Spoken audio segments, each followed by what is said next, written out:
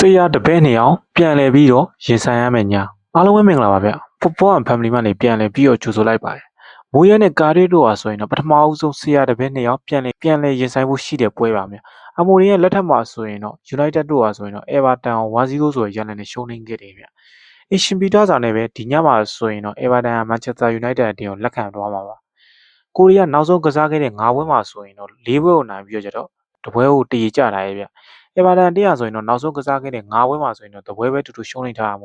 မိုးရဲရဲ့လက်ထက်မှာဆိုရင်တော့ Everton တရားဆိုရင်တော့တော်တော်လေးကိုအခြေအနေကောင်းနေရလို့ပြောလို့ရပါတယ်။လက်ရှိကိုရီ United ရာဆိုရင်တော့အဆင့်9နေရာမှာရောက်ရှိနေရဆိုရင်မင်းညကစားခဲ့ကြတဲ့ Chelsea ရာဆိုရင်တော့တည်ကြသွားတာဖြစ်တဲ့အတွက်ကြောင့်ကျွန်တော်တို့ကနိုင်တာနဲ့အဆင့်လေးကိုရောက်ပါလိမ့်မယ်။မိုးရဲအနေနဲ့ကာရီရဲ့ play style နဲ့ line up ကိုတော့ကြိုတင်ခံမှန်းလို့ရနိုင်ပေမဲ့ Manchester United အတင်းရာဆိုရင်တော့နားရက်တွေအများကြီးရရှိထားတဲ့အတွက်ကြောင့်မလို့တိုက်စစ်ကိုတော့ရင်ဆိုင်ရဖို့တော်တော်ခက်ခဲပါလိမ့်မယ်။ကာရီအနေနဲ့injury မှာဆိုရင်တော့ဒီလင်းနဲ့